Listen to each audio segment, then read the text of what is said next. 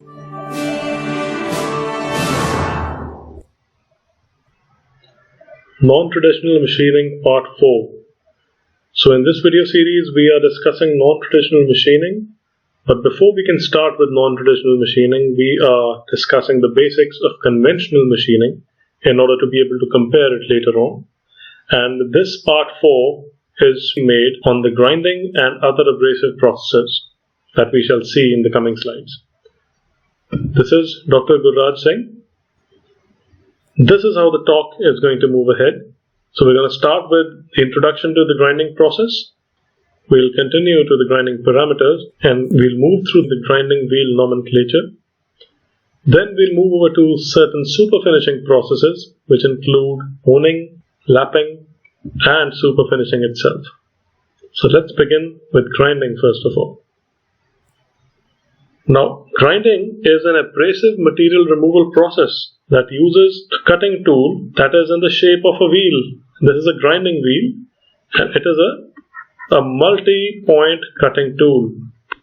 It's a multi-point cutting tool which has been manufactured by bonding small abrasive particles together using a bonding agent.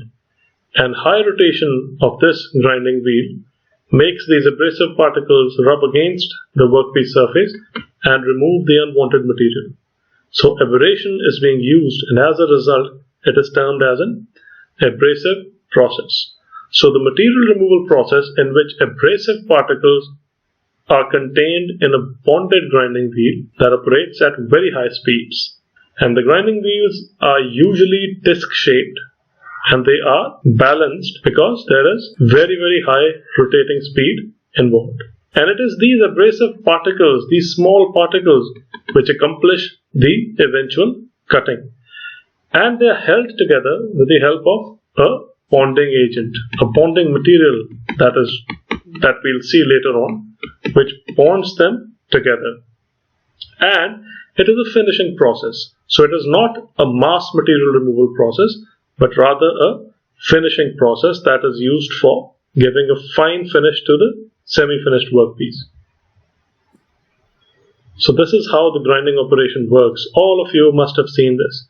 You have seen this wheel rotating and it is removing the excess material, the unwanted material, because those abrasive particles are rubbing against those unwanted metal particles and removing them. So what are the different types of grinding operations that are involved? So we have these many types of grinding machines and grinding types that are available. The bench grinder is the most commonly available grinder in all shop floors and it's normally used for sharpening of the cutting tools. The portable grinder is a grinder that can be carried anywhere.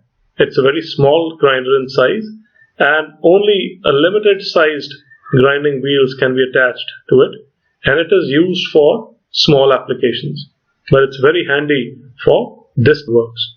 Then abrasive belt grinder. So this, as the name says, it has these belts which are loaded with abrasive particles bonded together to the belt, and the rotation of these belts, it rubs against the workpiece and accomplishes the grinding.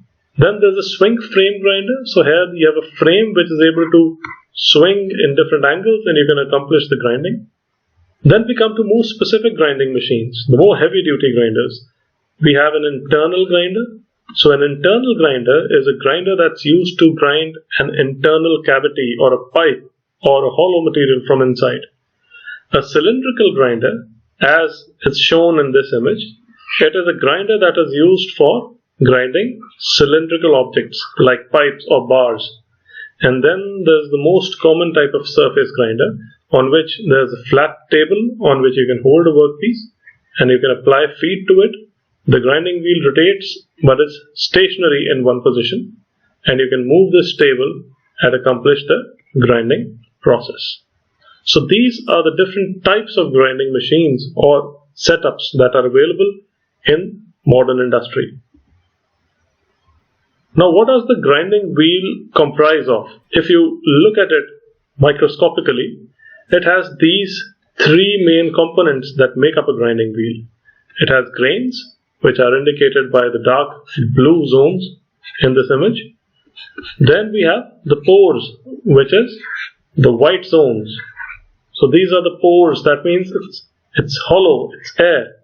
And there's a bonding material, the light blue zones. They are the material that is used for bonding the grains together. So if you have a look here, you have the dark gray particles as the abrasive particles, while the whitish zones, they have the bonding material as well as the pores. And it is this grinding wheel force that makes these abrasive particles push against or rub against the workpiece surface and remove the material in the form of swarf. This is how the grinding wheels are shaped. So they are all operation specific. They are usually disc shaped, but they can have different shapes depending upon the process for which they are to be used. So we have all sorts of grinding wheels. They can be straight type, they can be cylindrical type, tapered, recessed on both sides. Then we can have a dish type and a saucer type grinding wheels, as you can see here. So you can have all sorts of grinding wheels depending upon the application. Now we come to the very important section that deals with the grinding wheel parameters. So there are 5 major parameters which decide the efficiency of the grinding process. They are the abrasive material that is being used, the size of the grains, the bonding material that is being used, the wheel grade, as well as the wheel structure. So we shall look at all of these now in detail. So first of all, the abrasive material. So the abrasive material that is going to be used, it must have these properties. It should be very hard because it is going to have to remove material from the workpiece surface. It should have wear resistance, it should have toughness, and it should have friability. Now friability is a very important property in grinding wheels or in abrasive particles, which is the capacity to fracture when the cutting edge dulls, so as the new sharp edge is exposed. Suppose this is an abrasive particle. Now it is rubbing at this side constantly and it has become blunt now. Now if it has friability, what will happen? This thing will chip off and this new sharp edge will be exposed, and this will now commence the cutting. So we can comment that such a particle has a high friability, which is much needed for an efficient grinding process. Now what are the most common abrasive particles which are available to us? So we have aluminum oxide, silicon carbide, then we have the harder particles and the more expensive ones like cubic boron nitride or diamond. So the most commonly available abrasive is aluminum oxide, and silicon carbide, although it is harder than aluminum oxide, but it's not that tough. Now we all know what is the difference between hardness and toughness. So a material that is hard on the surface, that is strong on the surface is hard, but that can absorb loads is tough, that can absorb shock loading. So both of these are different things. Cubic boron nitride is very expensive and very hard, and diamond is even harder and even more expensive. So it is decided on the basis of the application that which of these particles or which of these materials is to be used. Next we come to the grain size. Now, how does the grain size decide our process? If the grains are very small in size, they will produce much better finish. Larger ones will have more material removal rate. But on the contrary, if you have smaller grain size, the material removal rate will be lower. And similarly, if you have larger grain sizes, the surface finish will be lower. Then harder work materials, they require smaller grains to cut efficiently. So if your workpiece is hard, you will prefer smaller grains. And if your workpiece is soft, you will require larger grain sizes. How do you measure the grain size? Well, the grain sizes are usually measured using screen mesh procedure. So you have a sieve set up and through a series of sieves your particles are made to fall through different levels, and you can get to know the average size on the basis of the mesh size through which they pass. The smaller grid sizes are indicated by larger numbers on the screen mesh and vice versa, and the grain sizes in grinding wheels, they typically range between 8 to 250. So 8 signifies very coarse grain structure, while 250 signifies a very fine grain structure. Then we come to bonding material type. Now bonding material, again, it should have several important properties like withstanding centrifugal and high temperatures. Then it must resist shattering during shock loading of the wheel, and it must hold the grains rigidly in place and yet allow a worn grain to be dislodged. So you don't want the bonding material to keep on holding the grains together. If a grain has become worn out, it should be able to dislodge that grain so that a new grain can be exposed and the cutting can commence more efficiently. Now these are the different types of bonding materials that are available. These are the different types of bonds: vitrified, resinoid, silicate, shellac, and metal or rubber bond. So these are the different types of bonds which can be created, and all of these are very common depending upon the applications. Then let us talk about wheel structure. Now what does wheel structure mean? It refers to the spacing between the abrasive grains in a wheel. So in addition to abrasive grains and bonding material, the grinding wheels, they contain air. We've already seen that.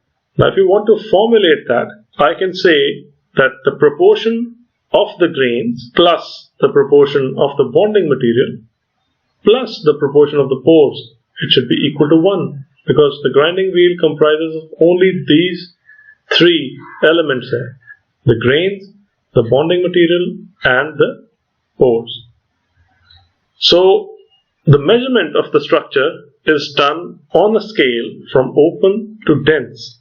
So if a structure is open, it means that the proportion of pores is much larger as compared to the proportion of grains. That means it's a highly porous structure, and therefore it is called as an open structure. But on the other hand, a dense structure should have more grains than it should have pores. So therefore a dense structure means that the PP, that is the proportion of pores, is much smaller as compared to the proportion of grains, and therefore it is larger and harder. Next, we shall discuss the wheel grade. So what does the wheel grade indicate? Well, it indicates the strength of the bonds in retaining the abrasives during the cutting, and it is measured on a scale from soft to hard. Like the previous one, the wheel structure was measured from open to dense. This one is measured from soft to hard. So the soft wheels, they lose grains very rapidly, while the hard wheels, they keep on retaining those grains. Now this is how you actually name a grinding wheel. There's a certain name written on every grinding wheel. For example, if this is the name of any grinding wheel: 51, A, 36, L, 5, V, 23. Now each of these numbers or letters has its own significance, and it's very important, and one should maintain the same order while naming a grinding wheel, and this makes it universal. So universally, you can ask for a grinding wheel at any outlet, any shop, and it will have the same order and the same range of alphabets or numerals. So the first number, which is 51 in this case, this is the manufacturer's indicating. So this is the manufacturer's own number. When I talk about the second alphabet, it says A here. This A is the type of abrasive. So if it is A, it is aluminum oxide. If it is C, it is silicon carbide. And similarly, when I say grain size, it says 36. Now if I take a look at the reference box here, so you have coarse structure from 10 to 24, medium structure from 30 to 60, Then you have a fine structure from 80 to 180, and you have a very fine structure from 220 to 600. Then I talk about the grade. So the grade, as we talked earlier, is whether your wheel is hard or soft. So here it's written L. Now let's have a look at the reference box.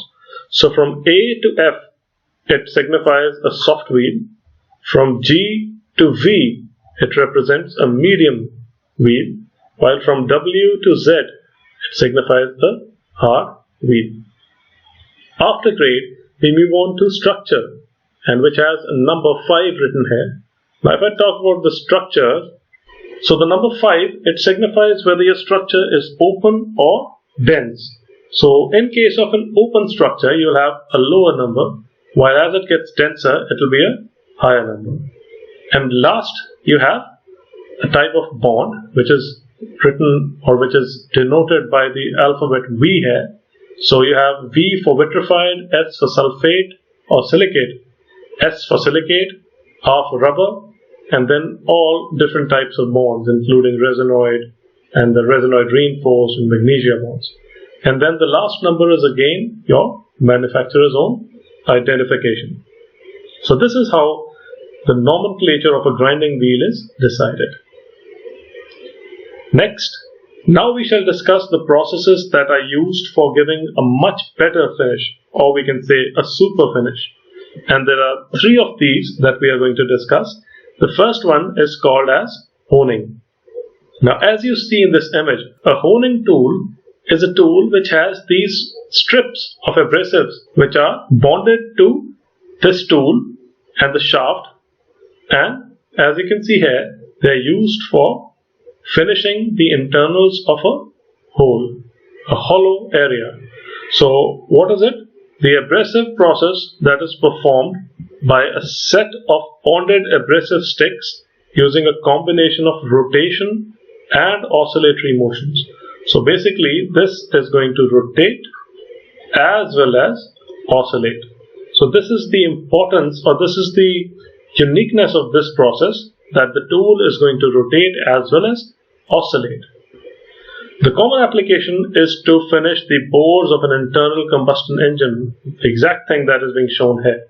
So these are the bores where the pistons are going to run, and to finish these we can use the honing process. The grit sizes, they range between 30 to 600, and the surface finish is of the range 0.12 micrometers. So it's a very, very fine surface finish that we can achieve using honing.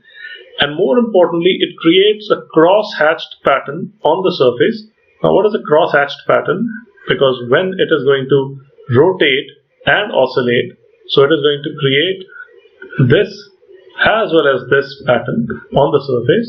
And when you create such a pattern here on the insides of this zone where you're going to have lubrication done, the lubricant, it gets retained within these cross hatches. So therefore it remains lubricated because of the forming of a cross hatch pattern.